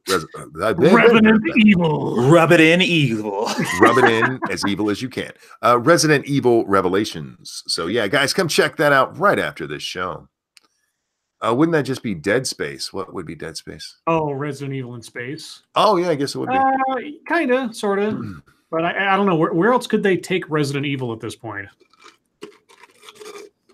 Well, you can just keep doing that game over and over. People like the series as long as you make the story interesting. No, I'm just talking about like setting. You know, yeah, they've done like didn't they do like one in Africa or something? Satsu. What happened? I'm sorry. Did they do a Resident Evil in Africa? Oh, Resident Evil 5 was in Africa, and people. Okay, yeah. I was thinking, like, if they're going to do a sequel, like, what other settings haven't they already done they could set one in? I don't know, man. They've taken place in Europe, obviously over in America. They've done it in Africa. There was even I think one of the movies took place in like China or Japan or some shit. Some of the comic books took places in different countries. I think Resident Evil 4 was in like a Spanish country or some shit. So I mean, they've kind of taken it all over the place. I don't think space is the thing they should do. Have they done it in a jungle yet? Well, technically, the original mansion was in in the outskirts, like in the forest or whatever. Okay. The raccoons. That's where the mansion was, but you didn't spend a lot of time out there. But that's where it was. Okay. It took place. There was one that took place on a train. Like most of the game was on a train. What did the cannibal do after he dumped his girlfriend? He wiped his ass. Oh, that is horrible. That is horrible. That's gross and horrible, but I love it. That's awesome. Oh God. Scribe, what state are you in? We have a branch in New York who is moving offices this week too. That's not you, right? I'm in the state of confusion. He is not in New York. He's West Coast. I am decidedly not in New York. Left coast, the best coast. Scribe, I was pretty proud of my comment on your video. Did you see it? Asked Frosted Glass. You'll have to remind me. I mean, that's a good problem to have because I've had so many people comment on it that I'll have to go look. I'll let you know if I find it. I will comment on it. Jack asked, Satsu, how have you been enjoying Shield Hero? I love it. It's a very good show. Although I did start watching something else, and it has been so fucking good that I started reading the manga, and it turns out that there's only like 5 episodes of this particular show, but the manga is like fucking 200 chapters in, and I'm like, oh boy. So I've been checking this shit out. Ooh, the drama. But yeah, that's where I'm at. I love Shield Hero though. It's awesome. Aethertos, how do you feel about how Bethesda banned their biggest fan of Fallout 76 because not even they can believe that people play that much for ammo? I think they should be able to track his play to figure out if it was possible. Did you guys hear about that story? No. Some guy had racked up so much ammo, they banned him for it, saying that he had to have cheated to get it. Oh. Could just look at his like login time or something and tell. They should be able to track it in some manner. I mean, even if you just go back, say like the last 100 hours, see how much he got, and then see how much he's played overall. Yeah. Are they wrong in this case? Maybe. Is it a guy who got caught cheating and is now claiming? Look, those things do happen. If he was honest and they fucked him over, then they owe him an apology and some money. Why do cops like pastries? They donut. Oh no. They donut in wrong. What? I don't get your joke, Grizz. He says I'll go back to lurking. We love our lurkers around these parts. We do. I just checked. She blocked me too. I want to see it. If you're talking about my stalker, yeah, she blocks pretty much anybody who ever has anything to do with me. Lords of the Night. Will there be a Lords of the Night award? A statue of Jim Jones, perhaps? Oh, I hadn't thought about that. I was thinking that. Well, I mean, we're not going to have a show tomorrow, but obviously, I think we should do something like if the Academy Awards were nominating people in the news for the last year, like Jussie Smollett would be the best actor. Sure. Like what would be the best story for best picture and so on and so on. Just like awards for things that we've had something of a knowledge of. How about Washington Post for best director? Oh, there you go. Yeah. Yeah, when the end of the year comes around, everybody always like, what do you think was the biggest story of last year? And I'm like, fuck, what did we talk about last year? I don't remember everything we've talked about. The best story of last year was the lack of proof that Trump colluded with Russia. Yeah, but man, Manafort. Oh God, Manafort night. So tired of hearing about that shit. Wicked Woody says, get rid of beef. Do you want a civil war? Because that's how you get a civil war. Yeah, probably. No, these idiots. I mean, veganism and Marxism, they cross quite a lot. Mm-hmm. Let's see. What did the grapes say? Wait. Oh no. Okay, it's Shio, so I had to stop and read it first. Sorry, guys. What did the grape say when it got stepped on? Nothing. It just let out a little wine. Oh, See what he did there? Nice. I was immediately reminded of Hot Shots when I saw the story, Pinkala. What story, Pinkala? Hot Shots Part 2. I love the movie Hot Shots, but I haven't seen it in forever. I couldn't even tell you. I can't even tell you what it was about anymore, other than them being in. I mean, it was a Top Gun spinoff kind of thing. Scroll back up here. There we are. Sorry, chat jumped on me, guys. The Antarctica. They could do a Resident Evil Antarctica because there are those base stations up there. Well, I think the second half of Resident Evil Code Veronica took place in Antarctica. Oh, there you go. If I remember correctly, she went there to try to go find her brother because she didn't find him in Europe. If I remember correctly. Adam says, will you sing for Scribe's mom? Well, yes. Yes, I will. Oh, yeah, well, all right. She's not listening, but I'll make sure to let her know. It's the thought that counts. It's true. Scribe's mom, you have a wonderful son, and don't tell him I said that. Oh. But this one is for you. And a 1 and a 2.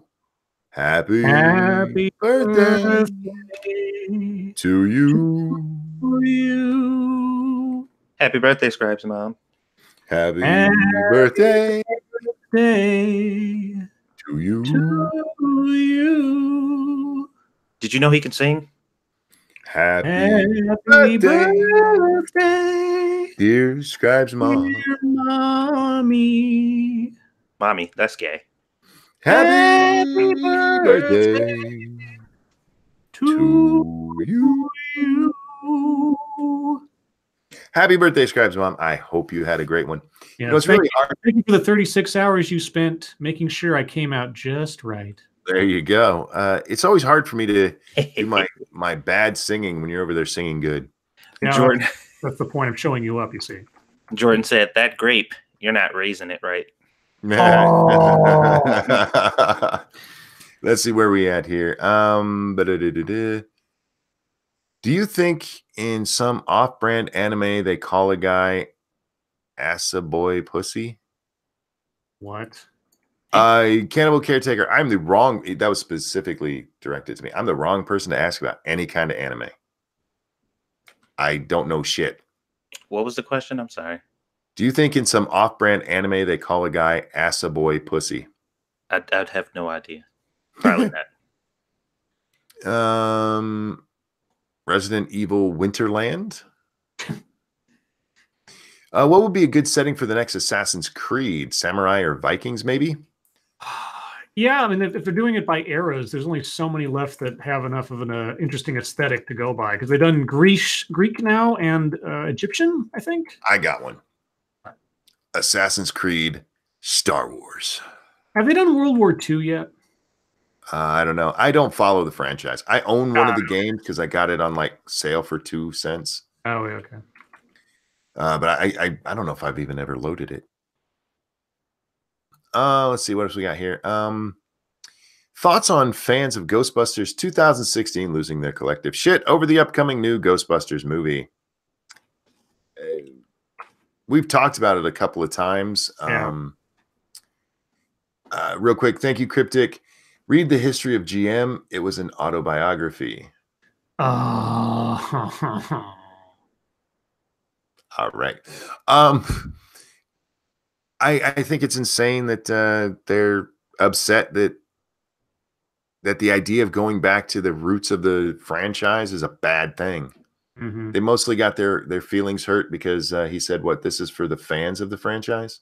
Yeah, or the fans of the original. giving it back to the fans or something. Yeah, that's it. That's it. Feig made it very clear that this was his version of Ghostbusters. It wasn't in the same world, even though they kind of promoted it. You know, Yeah. what was it? 25 years after the Ghostbusters, blah blah blah. No, it was 30 years ago. 30 years. 4 scientists saved New York from blah blah blah, and then it was like, oh, but this is not a sequel. This is a reboot. Why would you do that? And that's what made that trailer partially so unpopular. Yeah. And then they just made a blah movie in a even Ghostbusters 2, which a lot of people didn't like. I mean, the only really bad part of it is the end. Yeah. It was the end was horrific, but the rest of it lived up to the guy, and I think it was mostly the actors that helped do that. Mm-hmm. Plus Ivan Reitman at the helm. Fuck those guys. If they don't like it, then they don't like it. Fuck them. They're just showing they're not actually fans of Ghostbusters. Yep. So these two cannibals are eating a clown, and one of them gives the other one a worried look and says, "Does this taste funny to you?" RG asks, how crazy are people with Trump derangement syndrome? It depends on the person. The bar rises a little bit every day, I think. Well, Jesse's definitely put it up there. Yeah. Thank you, Dragon Mage. There should be a Pebbles game. Pebbles! Oh, Pebbles. Pebbles was too good for this world. And Princess Unicorn Nips, thank you. Yeet, yeet. I said right. Yeet. Yeet. Resident Evil Flat Earth. There you go. In an alternate universe. Oh my god. That would be great if they find out that's the whole reason is that the Earth is flat and they got out of the life tree in the center of it. If you guys don't know about the life tree, don't go look it up. It's not worth it. Lords of Night, is there a reason that California is a bellwether? Certainly.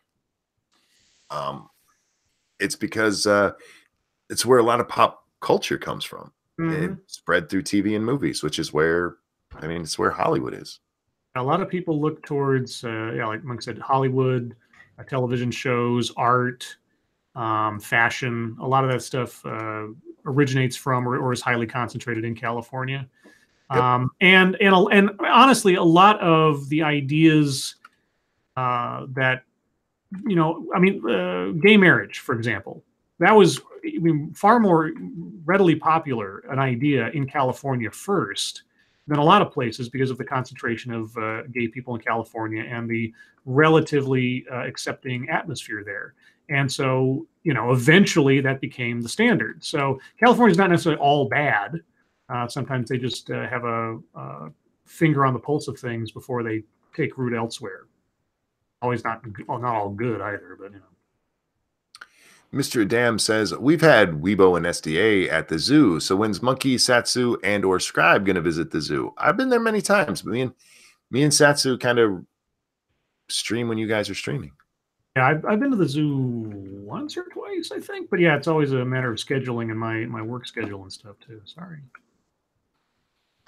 Prospero says, braying donkey talking about farting cows sounds like the Native American bit in Hot Shots. Oh, that's what you're talking about. Okay. Oh. What is the worst thing about throwing a party in space? You have to plan it. God damn you. Well played. See, I just don't know if I can read your Shio. I have to stop and read it first. This is an actual question from him.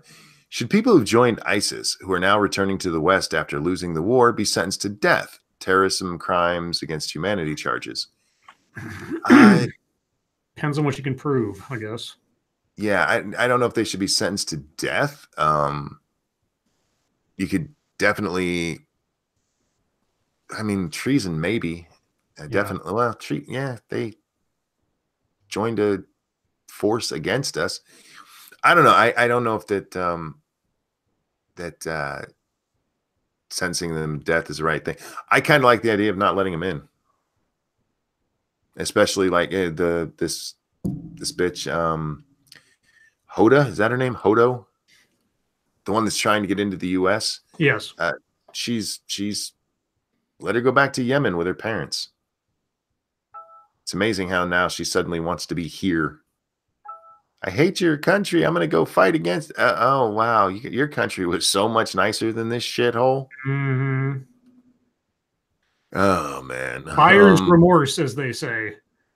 When are you going to have Anime Renee on? You know, I should talk to her and see when she can. I like Anime Renee. She just did a video about the whole, what's that? Not transgender, cross-dressing kid in New York. Oh, Desmond is amazing. Yes, she just did one about Desmond, and yeah, she's been keeping up her videos pretty good. What did the North say to the South? I'll talk to you later. I have a plane to catch.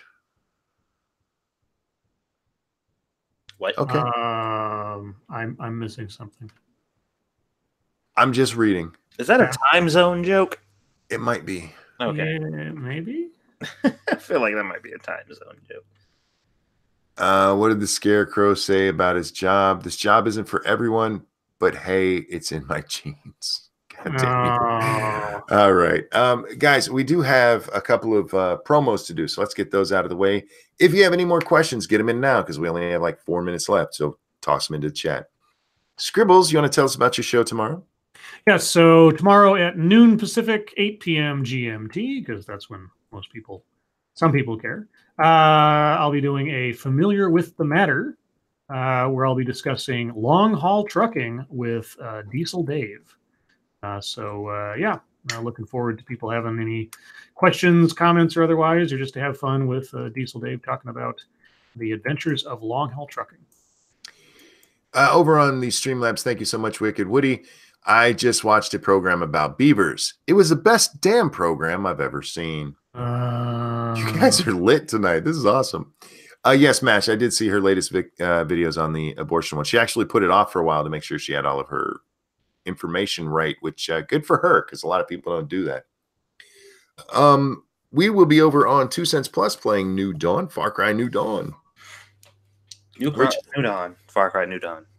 I've been having a lot of fun with that game. I really have. It's not Far Cry 5, unfortunately, but it's still a lot of fun. And I like when Satsu messes up because usually it's me.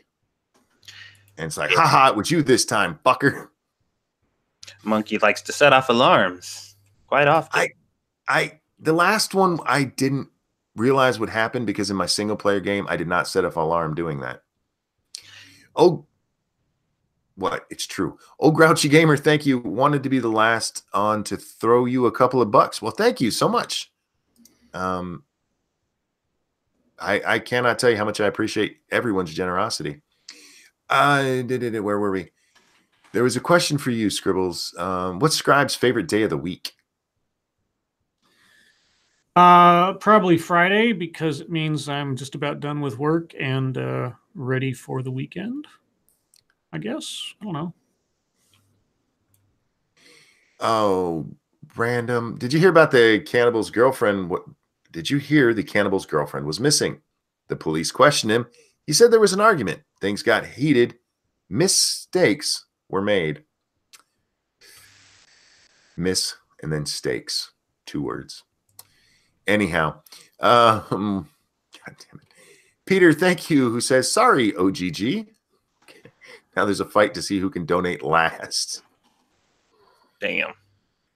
Oh, man.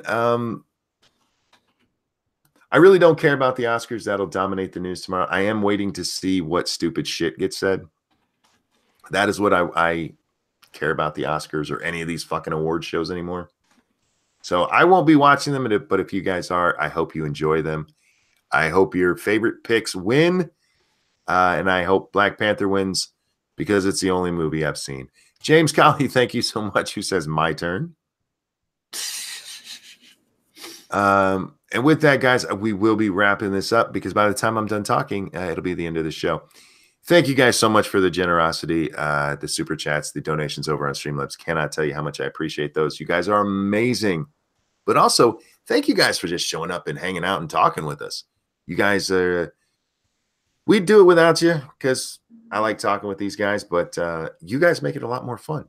So thank you for showing up, sharing, liking, and listening and caring about Monkey Dick. Scribe, I forgot it, and chat got me on it. Oh, that's right. Chat got me on it. Nice. They had Good your job, back, man. chat. Good job. But yeah, don't forget, right after this, 2 cents plus, we're playing Far Cry New Dawn, giving away a copy of Resident Evil Revelations. Hope to see you there. Don't forget to watch Scribbles tomorrow at noon Pacific? Yes. 3 p.m. Eastern time. So make sure to check that out as well. Scribe, Satsu, thank you guys so much for joining me. Everyone, your lives make us sad, and we will see you next time. Bye, guys. Bye.